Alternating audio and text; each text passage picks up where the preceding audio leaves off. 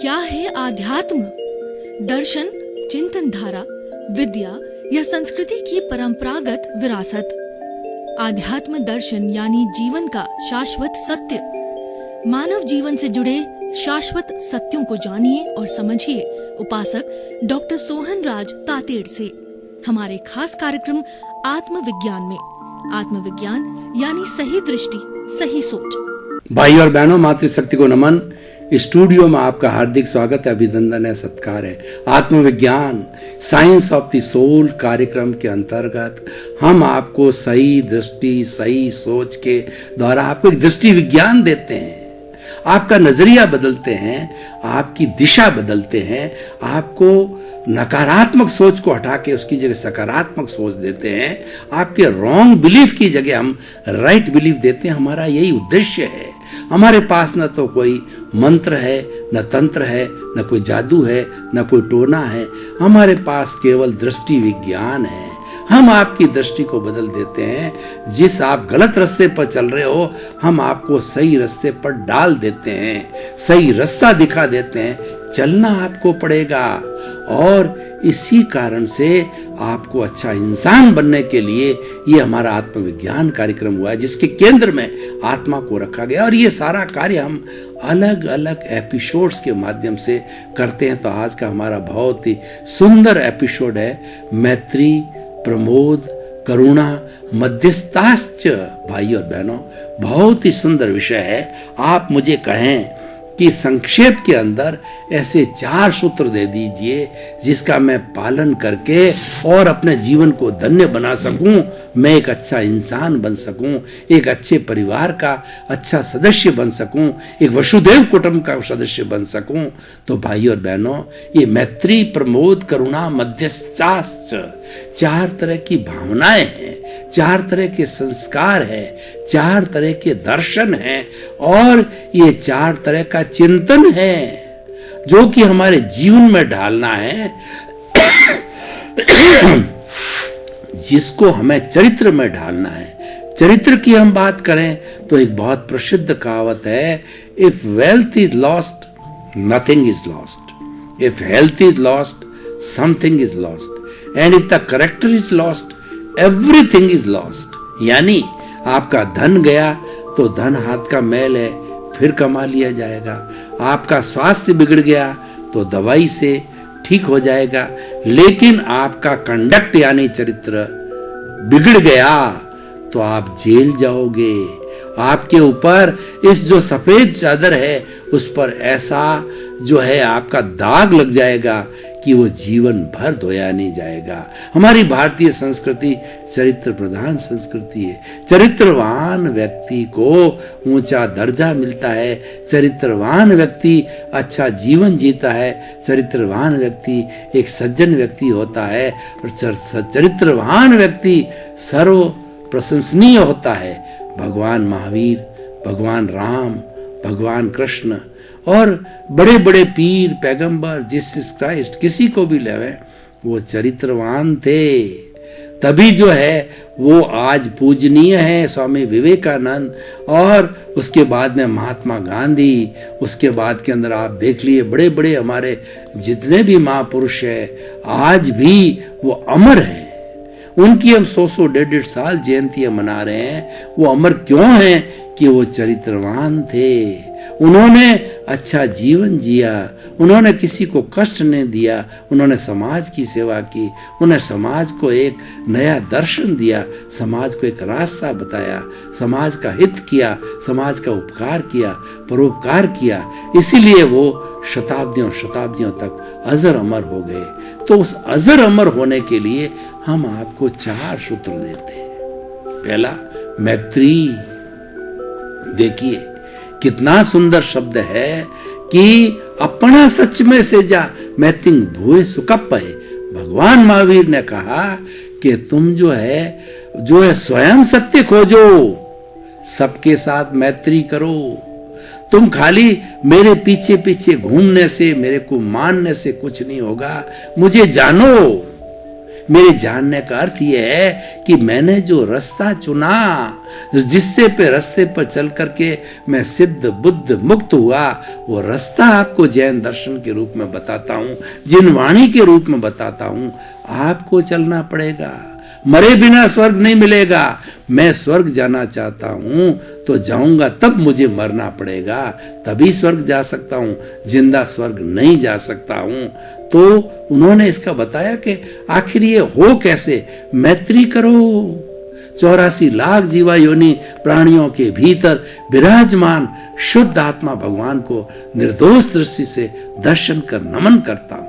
ऐसी भावना रखो कि जो 84 लाख जीवा योनियां मात्र उत्पत्ति स्थान है और उनकी संख्या तो असंख्य अनंत है आत्माओं की, वो सभी एक जैसी, एक समान है, वो आत्मतुलावत है। सर्वभूतेषु संयम अहिंसा, सब भूतों के प्रति संयम करना, सर्वभूत सबको एक समान समझना, वो जो है हमारा दृष्टिकोण जब बन जाता है तो मैत्री होती है।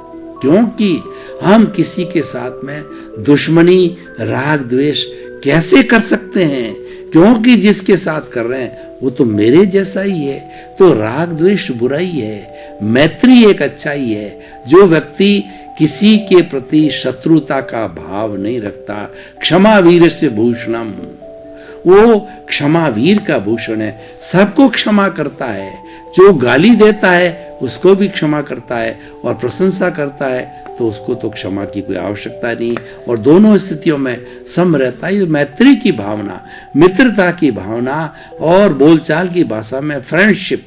जब हमारी फ्रेंडशिप हो जाती है, हम किसी को धोखा नहीं देते, किसी को दुख नहीं देते, किसी का अनादर नहीं करते, किसी का तिरस्कार नहीं करते, किसी के प्रति बुरा भाव नहीं लाते, क्योंकि हमारा मित्र है। मित्र के लिए कहा गया है friend in need is friend in deed. अगर आप मित्र की पहचान करना चाहते हो तो जब आपकी आवश्यकता पड़े तब उसकी पहचान करो, और आवश्यकता के समय में, कष्ट के समय में वो आपकी मदद करता है, वो सच्चा मित्र है। चाहे वो आपका पिता हो, पुत्र हो, भाई हो, बहन हो, सगे संबंधी हो, कोई भी हो, वो सच्चा मित्र है। तो भाई और बहनों, मैत्री की भावना की जाए, और सच्चा मित्र हमारे भीतर बैठा है, जो हमारी आत्मा है। ये हमारी जो आत्मा, सही रास्ते पर चलने वाली आत्मा सच्चा मित्र है, और लोगों को कष्ट देने वाली आत्मा, हिंसा करने वाली आत्मा, अन्याय करने वाली आत्मा, अपराध करने वाली आत्मा, वह स्वयं का दुश्मन है। जो स्वयं का दुश्मन एक दूसरे का मित्र कैसे बन सकता है? जो स्वयं की मित्र आत्मा है वो सभी आत्माओं को एक साथ मित्रता करेगी। सबके साथ मैत्री करो, ये सूत्र है। दूसरा, मैत्री प्रमोद। कितनी सुंदर बात है कि हमारे भीतर नकारात्मक सोच क्यों आती है? क्योंकि हम जलते हैं। किसी भी व्यक्ति का जब विकास होता है तो हमको जलन होती है, अरे ये कैसे आगे बढ़ गया, ये कैसे प्राइम मिनिस्टर बन गया, राष्ट्रपति बन गया, बड़ा विद्वान बन गया, करोड़पति बन गया, सीए बन गया, इंजीनियर बन गया और प्रख्यात जज या वकील बन गया। हमको डाह होती है, हमको जो है जलन होती है, और हमको जो घृणा होती है उसके प्रति।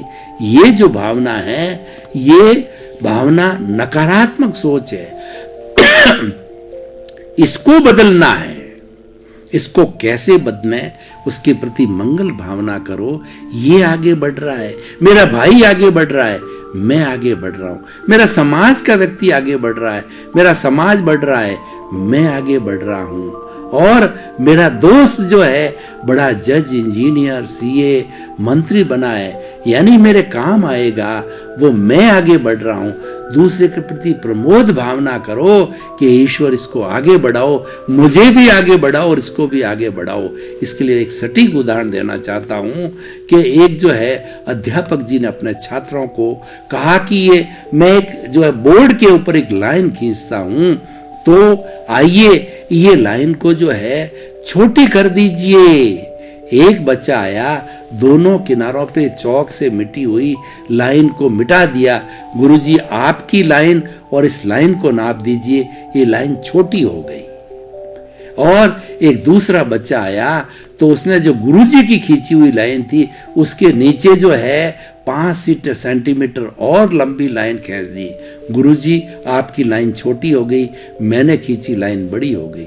दो तरह के लोग हो गए, एक तो जिसने मिटाया, दूसरे को मिटा करके आगे बढ़ना, दूसरे की जो है घृणा करके, ईश्वर करके, उसकी ईर्ष्या करके। कैसे ईर्ष्या?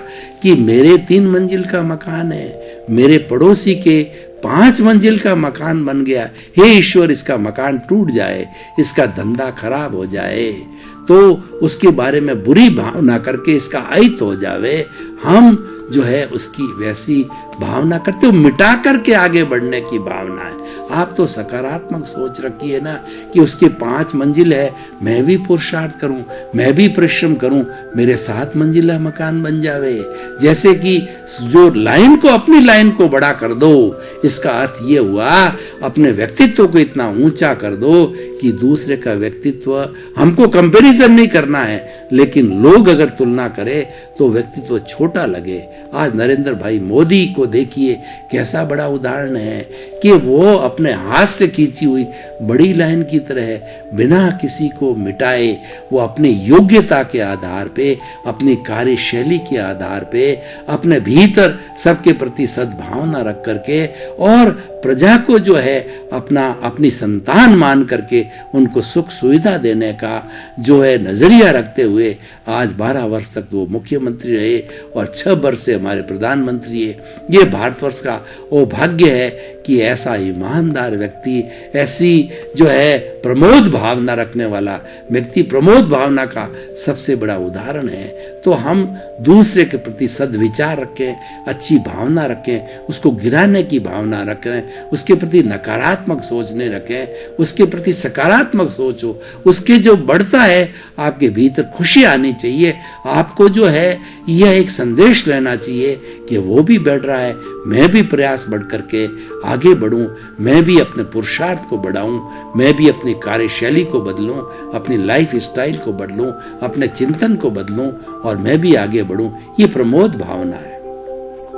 जब समाज में प्रमोद भावना आती है तो लोग प्रभावित होते हैं और लोग पुरस्कृत होते हैं, लोग प्रोत्साहित होते हैं। प्रमोद भावना से प्रतिभाओं को आगे बढ़ने का चांस मिलता है, नकारात्मक सोच से प्रतिभावनाएं गिर जाती। कैसे? मैं आपको उदाहरण देना चाहता हूं कि हर एक व्यक्ति नरेंद्र मोदी नहीं हो सकता, सरदार पटेल नहीं हो सकता, विवेकानंद नहीं हो सकता।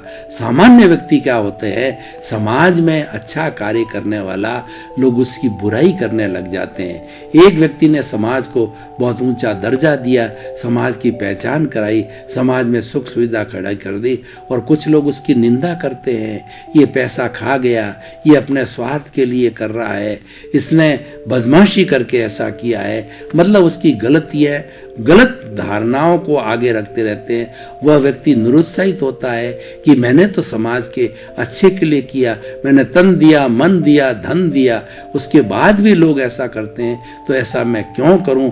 वो अपने में संकुचित हो जाता है, अपनी प्रतिभा को समेट लेता है, अपनी प्रतिभा को बाहर निकाला, वो परोपकार के लिए निकाला, लोगों की निंदा सुन करके वो प्रतिभा भीतर आ गई। तो ऐसी प्रतिभाएं पलायन करने लग जाती है, ऐसी प्रतिभाएं विदेश चली जाती है, ऐसी प्रतिभाएं काम करना छोड़ देती है, कुंठित हो जाती है।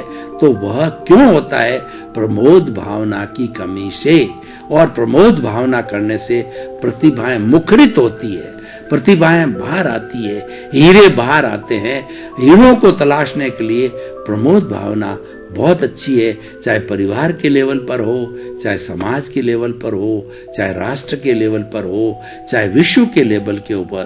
प्रतिभाओं को जब तलाशा जाएगा, तराशा जाएगा, तपाया जाएगा और उनके अंदर प्रमोद भावना पैदा करके आगे बढ़ाया जाएगा, प्रोत्साहित किया जाएगा, तो हमारा ये विश्व है वसुधैव कुटुंबकम बन जाएगा। तो भाइयों और बहनों, ये सब प्रमोद भावना का प्रभाव है। मैत्री, प्रमोद, करुणा। कितनी सुंदर बात है कि हमें जब कोई अभाव वाला व्यक्ति मिले, किसी के घर में दुख आ गया, किसी को कोई तकलीफ आ गई, किसी को कोई बीमारी आ गई, पशु पक्षियों को हमने छटपटाते हुए देख लिया और कराते हुए देख लिया और हमें मालूम पड़ गया ये भूखा है, ये प्यासा है, या इसको कोई मरहम पट्टी की जरूरत हो, वेटरनरी हॉस्पिटल में हम ले गए। हम पांजरा पोल है, बेचारी ऐसी गायें हैं जिनको खाने को बराबर जो है घास फूस नहीं मिलता, पांजरा पोल में उनको भर्ती, असहाय है, बेचारे रुग्ण हैं। तो हमें उन पर करुणा आ गई, उन पे हम दया आ गई। ये दया की भावना बहुत अच्छी है, किसी के दुख को देख करके द्रवित होना और उसके प्रति करुणा की भावना करना। और कोई व्यक्ति गलत रास्ते जा रहा है, कोई व्यक्ति व्यभिचारी है, शराबी है, जुआरी है, उसके प्रति करुणा आनी चाहिए। देखो इसका घर बर्बाद हो रहा है, तो करुणा की भावना करके हम कैसे बदल सकते हैं, उसका उपाय करना। तन की सेवा से, मन की सेवा से, धन की सेवा से। कोई बेचारे जो लूले, लंगड़े, अपाइज, मूक, बधिर और जो हमारी विधवाएं हैं और जो उसके बाद में अनाथ बच्चे हैं, उसकी तन से, मन से, धन से सेवा करना, ये परोपकार है, ये समाज सेवा है।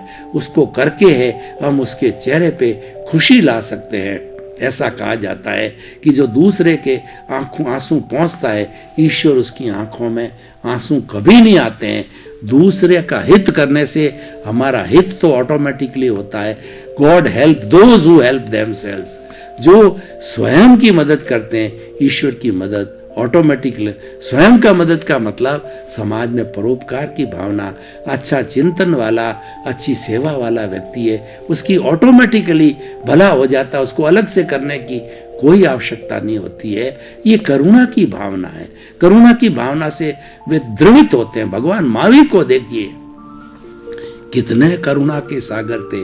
उनके करुणा की सागर जब समोषण लगता था, जब उनको उपदेश देते थे, उस उपदेश के अंदर जो आप देखिए तिरेंज गति, मनुष्य गति, देव गति, नारदकी के जीव तो यहाँ आ नहीं सकते मनुष्य लोक के अंदर। यानी भगवान के समोषण के अंदर शेर भी है, मनुष्य भी है, बिल्ली भी है और चूहा भी है। एक दूसरे के सभी शत्रु मौजूद है। सिंह है, वह दूसरे की हिंसा करने वाला मौजूद है। चूहा है, बिल्ली खाने वाली बिल्ली भी मौजूद है। बिल्ली को शेर खाने वाले मौजूद है, लेकिन प्रभावहीन हो जाते हैं। ये करुणा का है, वो करुणा का प्रभाव है जो सबको हिंसा को रोक देता है। तो हमारे अंदर भीतर करुणा आती है, पाप भीरुता आती है, किसी के दुख को देख के द्रवित होते हैं, उसको ठीक करने की कोशिश करते हैं, उसके दुख को अपना दुख समझते हैं, तब समाज बनता है। तो मैत्री, प्रमोद, करुणा, मध्यस्थता बहुत ही सुंदर भावना है। देखिए मध्यस्थता का अर्थ होता है आप न्यूट्रल रहिए। लाभ, हानि, सुख, दुख, सर्दी, गर्मी और थोड़ा मिल गया, ज्यादा मिल गया, कपड़ा अच्छा मिला, कपड़ा हल्का मिला, और सोने को कम जगह मिली, सोने को ज्यादा मिली, एसी मिला, पंखा मिला, गर्मी मिला, सब में एक सा सुख दुख को एक सा मानना, यह मध्यस्थता है। किसी ने आपको गाली दे दी, आपने कोई चिंतन नहीं किया, उसकी गाली वापस लौट गई। आपको किसी ने थप्पड़ मारी, आपने टिट फॉर टैट नहीं किया, उसको सहन कर लिया कि भाई पूर्व जन्म का मेरा हिसाब है। जब इसने थप्पड़ मारी है, अगर हिसाब नहीं होता तो वो मेरे पास भी नहीं आता, मेरे संपर्क में नहीं आता।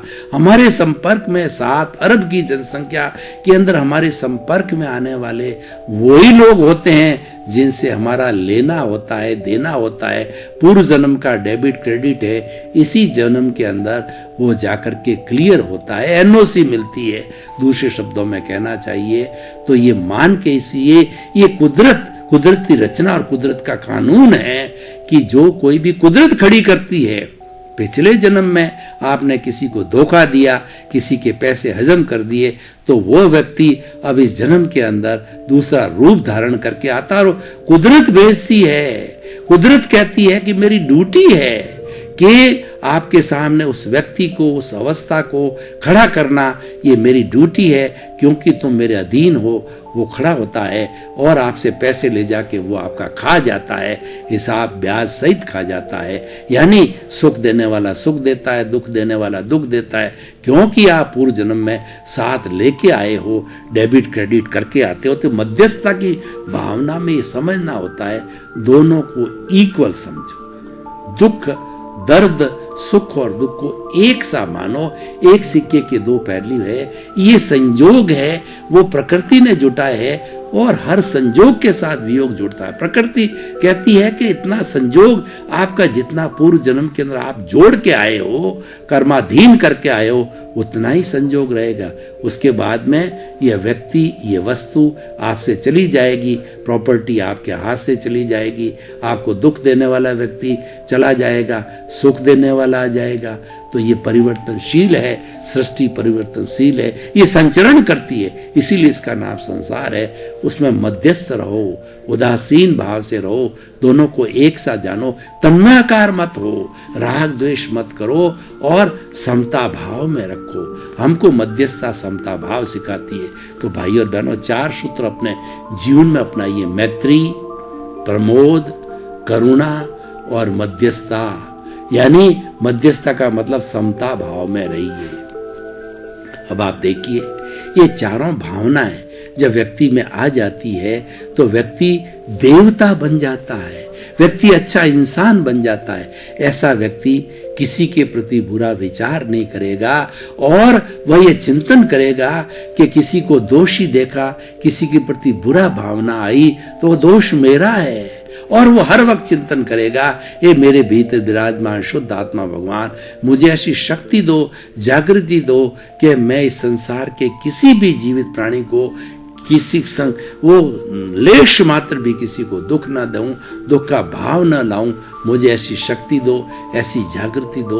और हो भी जाएगा तो प्रायश्चित करेगा, प्रतिक्रमण करेगा, ओहो ये गलत हो गया, आई एम सॉरी, मिच्छामि दुक्कडम, मैं उसकी शुद्ध आत्मा भगवान से क्षमा याचना करता हूँ। और सामने वैसा व्यक्ति है, उसके हाथ जोड़ के प्रणाम करके आपसे कहना, भाई साहब मेरे से गलती होती है, हम ट्रेन में चल रहे हैं, हम रास्ते में चल रहे हैं, हम कहीं भी, हमारा सापेक्ष जीवन है, चल रहे हैं, किसके लग जाती, तुरंत बोलिए सॉरी।